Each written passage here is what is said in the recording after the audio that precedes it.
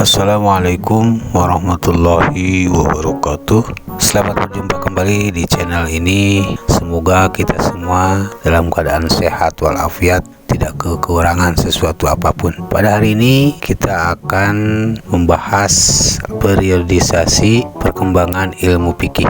Menurut Syekh Abdul Wahab Khalaf yang wafat tahun 1357 Hijriah atau 1506 Masehi, perkembangan tarikh al-Tashri' atau fikih Islam terbagi menjadi 4 periode, yakni periode Rasulullah, kedua periode sahabat, periode tadwin, dan periode taklid. Periode Nabi Muhammad SAW, periode Rasulullah, taretak Sri Islam atau sejarah fikih Islam pada hakikatnya tumbuh dan berkembang di masa Nabi, karena Nabilah yang mempunyai wewenang atas dasar wahyu untuk mentasyri'kan hukum, dan berakhir dengan wafatnya Nabi. Pada masa Rasulullah SAW adalah masa fikih Islam mulai tumbuh dan membentuk dirinya menjelma ke alam perwujudan. Sumber asas yang ada pada masa ini ialah Al-Quran. Tentang sunnah Rasul adalah berdasarkan wahyu ilahi yang diturunkan kepada Nabi Muhammad SAW.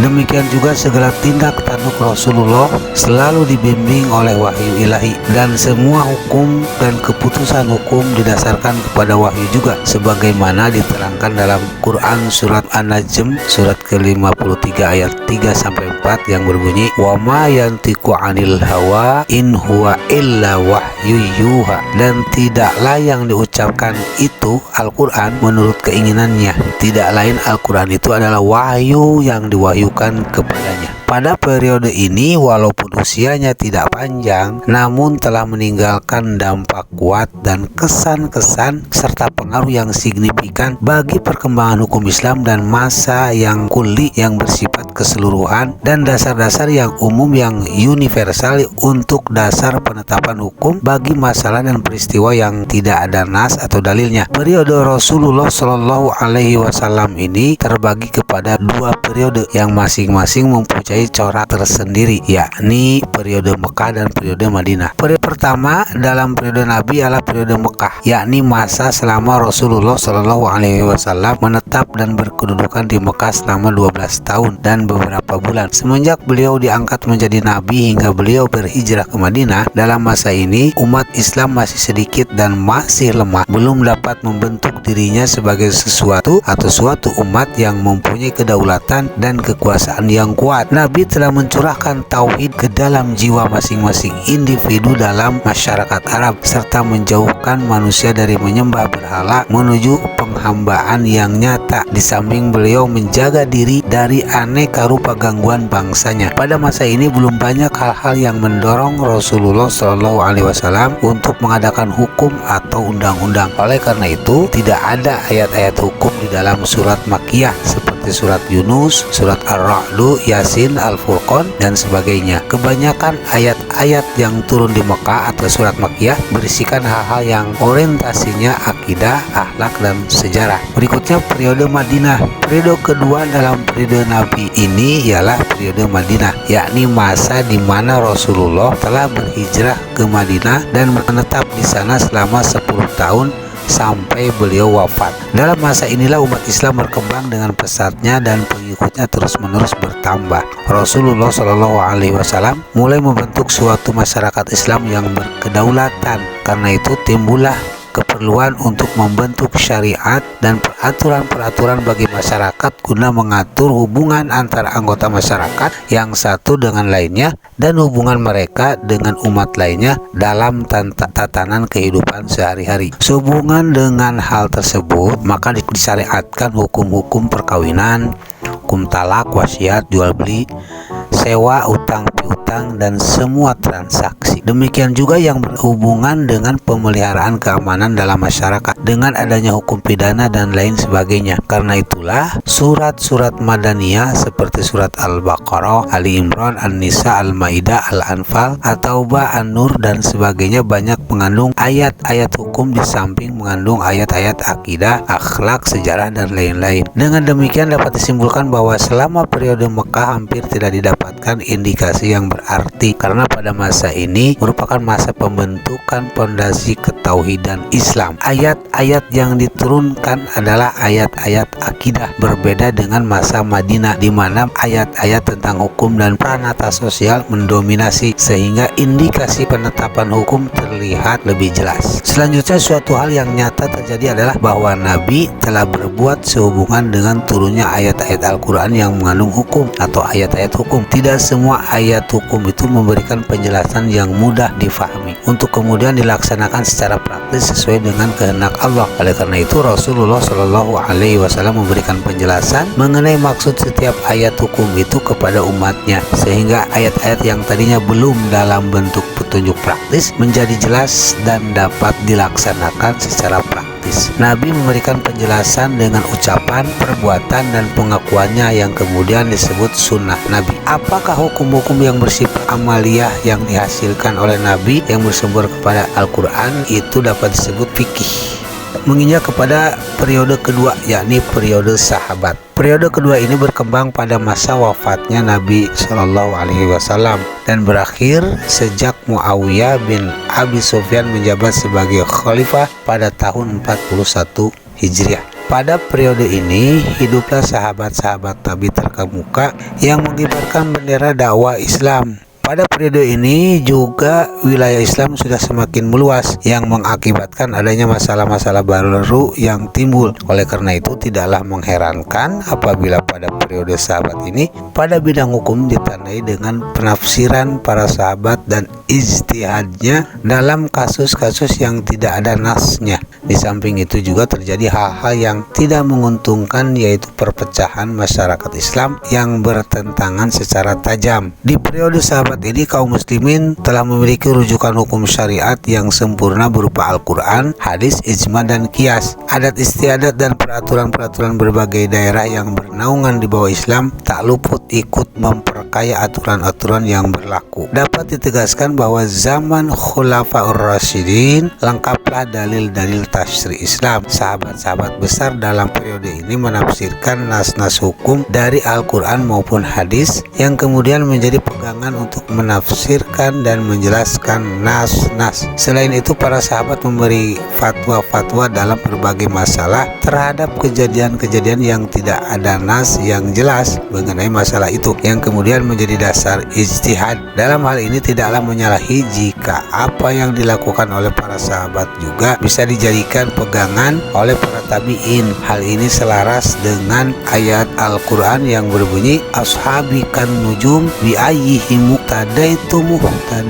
Para sahabatku laksana bintang-bintang dalam kegelapan malam. Dengan siapa saja kalian mengikuti, maka kalian akan mendapatkan petunjuk. Tatkala Rasulullah Shallallahu Alaihi Wasallam bersabda, maka para sahabat secara langsung mengambil ilmu dari beliau. Ketika ada suatu permasalahan, maka sahabat tak sungkan untuk bertanya kepada sumbernya langsung, sehingga segala sesuatunya menjadi jelas. Hanya saja pada periode ini belum ada pembukuan fikih.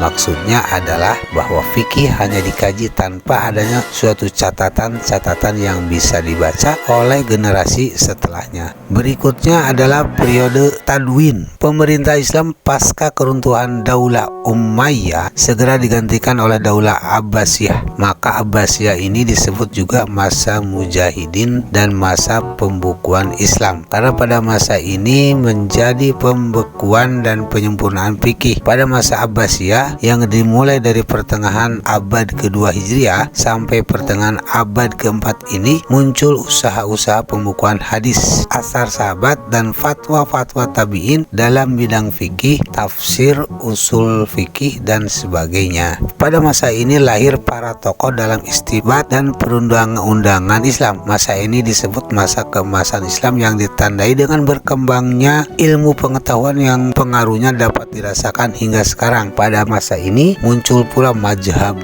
fikih yang banyak mempengaruhi perkembangan hukum Islam. Di antaranya Imam Abu Hanifah. Beliau adalah Nu'man bin Sabit bin Juta bin Ma'an At-Taimi, lebih dikenal dengan nama Abu Hanifah, seorang mujtahid dan pendiri mazhab Hanafi. Lahir di Kufah, Irak pada tahun 80 Hijriah atau 699 Masehi dan meninggal di Baghdad, Irak pada tahun 150 Hijriah atau 767 Masehi. Beliau merupakan seorang tabi'in, yakni generasi setelah sahabat Nabi, karena pernah bertemu dengan salah seorang sahabat Rasulullah SAW yang bernama Anas bin Malik dan beberapa peserta perang Badar yang dimuliakan oleh Allah yang merupakan generasi terbaik Islam. Beliau juga berguru kepadanya dalam meriwayatkan hadis dan berbagai ilmu dari Rasulullah. Sedangkan salah satu guru Imam Abu Hanifah dalam bidang ilmu fikih adalah Syekh Hamad bin Abi Sulaiman. Beliau berguru kepada Syekh Hamad selama 18 tahun. Ketika sang guru wafat, beliau menggantikan posisi gurunya sebagai guru besar. Imam Abu Hanifah memiliki banyak murid dan yang paling terkenal dan giat dalam membukukan apa yang disampaikan oleh beliau adalah Syekh Abu Yusuf. Dari Syekh Abu Yusuf inilah mazhab Hanafi terus berkembang sampai dengan sekarang. Yang kedua, Imam Malik. Beliau adalah Malik bin Anas bin Malik bin Amr al-Humyari al-Ashabi al-Madani. Lahir di Madinah pada tahun 714 Masehi atau 93 Hijriah dan wafat pada tahun 800 Masehi atau 179 Hijriah. Beliau terkenal dengan kecerdasan yang luar biasa. Beliau memiliki buah karya yang sangat terkenal, yakni Kitab Al-Muwatta, kitab yang memuat kompilasi hadis dan ucapan para sahabat. Beliau juga salah satu mujtahid mutlak, pendiri mazhab Maliki yang dalam perkembangannya banyak digunakan di daerah Madinah dan sebagian Mekah. Di antara guru beliau adalah Nafi bin Abi Nuaim, Nafi al-Mukbiri, Naimul Majmar, Az-Zuhri dan lain-lain. Kemudian murid-murid beliau di antaranya adalah Ibnul Mubarak, penerus dan pengembang dari mazhab Malikiyah, Sufyan As-Tsauri, Imam Asy-Syafi'i, pendiri mazhab Asy-Syafi'iyah, Abu Huzaifah As-Sahli dan lain-lain. Yang ketiga, Imam Asy-Syafi'i.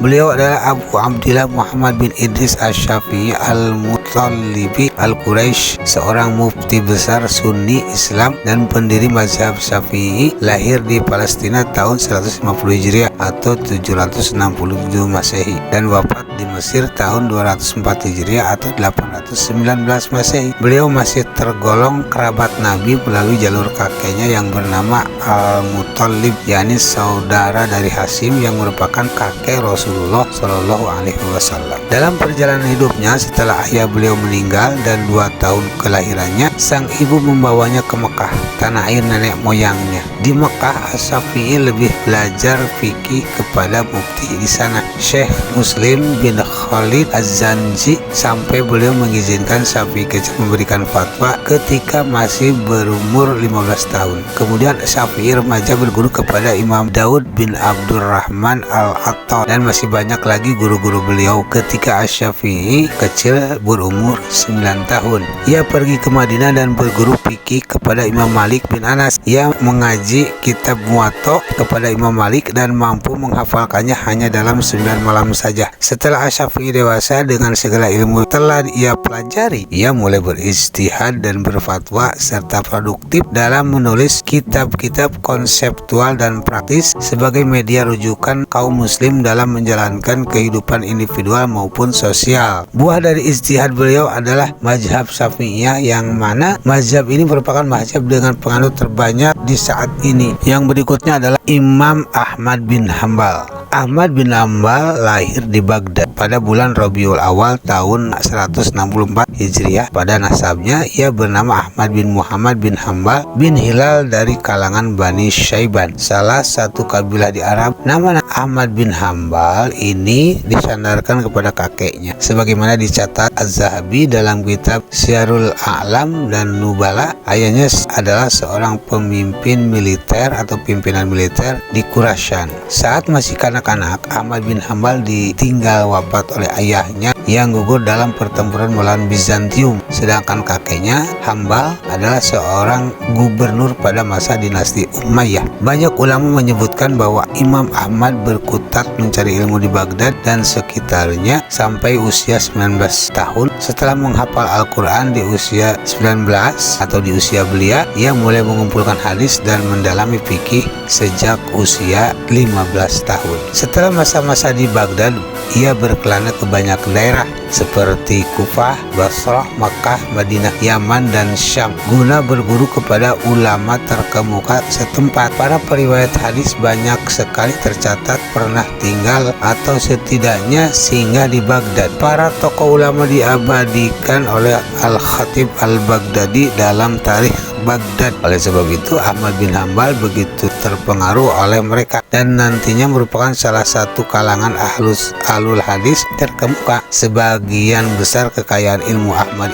bin Hambal diperoleh di kota kelahirannya, yakni Baghdad. Sebagai sosok yang besar di sana pada kurun abad kedua Hijriah, Ahmad bin Hambal berbeda dalam pusaran keilmuan Islam berkat ketekunannya mengumpulkan hadis. Ahmad bin Hambal memiliki hafalan hadis yang banyak sekali. Ini membuatnya sangat kompeten dalam periwayatan hadis dan segera menjadi salah satu tokoh terkemuka di bidang tersebut. Di samping itu, ilmu fikih mulai banyak dikembangkan pada masa pemerintahan Bani Umayyah dan Bani Abbasiyah. Saat Muawiyah bin Abi Sufyan mengambil alih kekuasaan dari Ali bin Abi Thalib, pusat pemerintahan dipindahkan dari Madinah ke Damaskus. Kemudian ketika Abbasiyah mengambil alih kekuasaan Bani Umayyah, pusat kerajaan atau ibu kota politik dunia Islam dipindah ke kota Baghdad.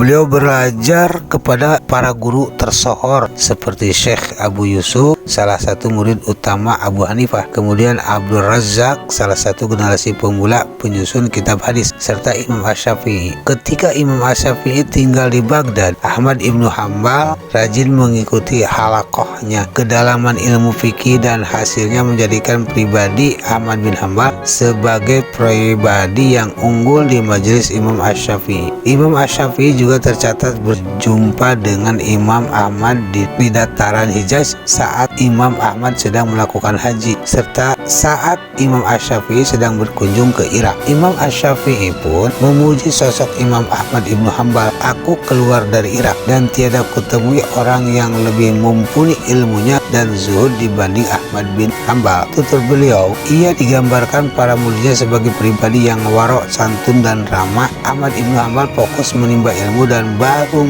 menikah pada usia 40 tahun. Di usia itu, dengan perbendaharaan ilmu yang kaya, khususnya dalam bidang hadis dan fikih, Ahmad mendirikan majelis tersendiri di kota Baghdad. Oleh beberapa ulama, ia dinilai mengikuti jejak Imam Abu Hanifah yang membuka majelis saat usia serupa dan dianggap baru memberanikan diri membuka majelis usai wafatnya Imam Asy-Syafi'i sebagai bentuk takzim atau penghormatan. Dari majelis ini pula Ahmad bin Hambal mulai merumuskan dasar-dasar mazhabnya, mengeluarkan fatwa, dan membimbing murid-muridnya. Faktor utama yang mendorong perkembangan hukum Islam adalah berkembangnya ilmu pengetahuannya di dunia Islam. Berkembangnya ilmu pengetahuan di dunia Islam disebabkan oleh hal-hal sebagai berikut. Pertama, adanya penterjemahan buku-buku Yunani, Persia, Romawi, dan sebagainya ke dalam bahasa Arab. Kedua, luasnya ilmu pengetahuan. Ketiga, adanya upaya umat Islam untuk melestarikan di dalam kandungan Al-Quran, Al-Hadis, dan kias secara teoritis dan praktis. Periode yang keempat adalah periode taklid. Sejak akhir pemerintahan Abbasiyah, tampaknya kemudahan beristihad sehingga sikap taklid berangsur-angsur tumbuh serta atau merata di kalangan umat Islam. Yang dimaksud dengan masa taklid adalah masa ketika semangat atau himmah para ulama untuk melakukan istihad mutlak mulai melemah dan mereka kembali kepada dasar tasri yang asasi dalam mengistinbat hukum dari nas Al-Quran dan As-Sunnah. Sebab-sebab taklid. Secara umum, sikap taklid disebabkan oleh keterbelengguan akal pikiran sebagai akibat hilangnya beberapa atau kebebasan berpikir. Sikap taklid disebabkan pula oleh adanya para ulama saat itu yang kehilangan kepercayaan diri untuk beristihad secara mandiri. Mereka menganggap para pendiri mazhab lebih cerdas ketimbang dirinya. Sikap taklid juga disebabkan oleh kebanyakan kitab fikih dan berkembangnya sikap berlebihan dalam melakukan kitab-kitab fikih. Hilangnya kecerdasan individu dan merajalelanya hidup materi materialistik turut mempertajam munculnya sikap taklid. B. Aktivitas ulama di masa taklid. Masa taklid disebut juga masa para fuqaha mempropagandakan mazhab dan aliran masing-masing. Mereka menulis kitab-kitab yang menjelaskan keistimewaan imam mereka masing-masing dan memberi fatwa pula bahwa orang yang bertaklid atau muqallid tidak boleh menggabungkan mazhab satu dengan mazhab lainnya. Pada masa ini kitab-kitab para ulama mazhab dapat dikategorikan kepada 3 kelompok, yaitu matan adalah syarah dan hasyiah. Matan adalah kumpulan masalah-masalah pokok yang disusun dengan bahasa yang sederhana dan mudah. Syarh merupakan komentar dari kitab matan agar lebih terperinci, sedangkan hasyiah adalah komentar dari syarah yang dirasa masih perlu dijabarkan atau diperinci kembali. Demikian materi hari ini, mudah-mudahan bermanfaat. Terima kasih. Assalamualaikum warahmatullahi wabarakatuh.